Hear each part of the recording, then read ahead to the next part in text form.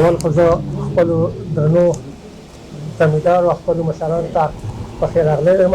منیجمنت کمیټې طرفه ډېر دروند زنګ قابل قدر مشر او زنګ افسر عزیر خان چې همیشه یې د زراعت او زموږ د زمیندار لپاره ښه ګامونه اخیستي دي او موږ ته تر اوسه پورې ډېرې پیدې د هغې نه واخیستې. موږ له انجوګان دا راولي او موږ په متعارف کوي زموږ سره. موږ د ډېره مننه کوو چې دوی راغلل او دلته زموږ سره شامل شول.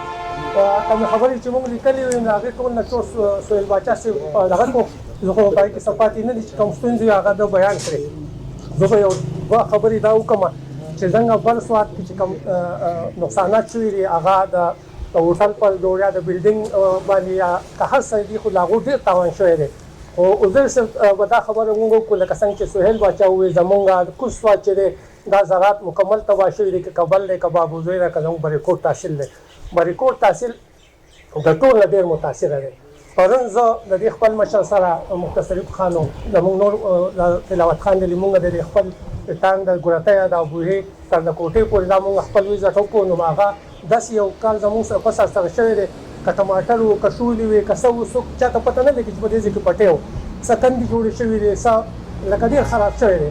نو موږ باید دونه دا درخواست کوو چې لکه زموږ په دې غریبې طبقې باندې موږ په سوات کې موږ پسمانده خلک یو او ډېر کم دولتري هم یو. نو چې دوی زموږ په دې دغه باندې ښه پوره غور وکړي. دویمه خبره دا چې زموږ یو ولده زویر صاحب په دغه کې راولو ما خو ایسي صاحب به راشي د هغو سره اکسویټر دی که موږ له راکړي زموږ ولده چې د هغې نه تقریبا 1000 کنال سره پاسه 1200 کنال ځمکه لاندې ده او هغه بالکل نه ښکاري لکه په ځمکه کې هغه ورو ښکاري چې دلته وله واکه نه وه. نو چې موږ له اکسویټر راکړي که په 3 ورځې لګي 15 ورځې لګي څه لګي چې هغه موږ هغې باندې وکړو چې د راتلونکي فصل لپاره زموږ دغه پټي برابر شي. او ډېرې ستونزې دي خو هغه سهیل باچا بیان کړې نورې پسې موږ نه ځو.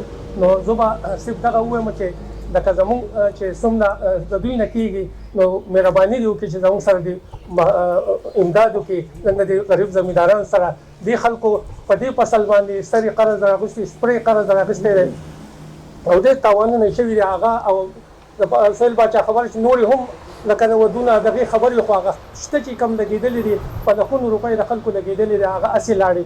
نو مهرباني ده چې تاسو زموږ د دغې د غریبۍ مونږ تاسو مونږ ته ځان ته مخامخ کړئ زموږ د غریبۍ او دې خلکو سره مرسته وکړئ. نو ستاسو به ډېره مننه ډېره مهرباني شکر.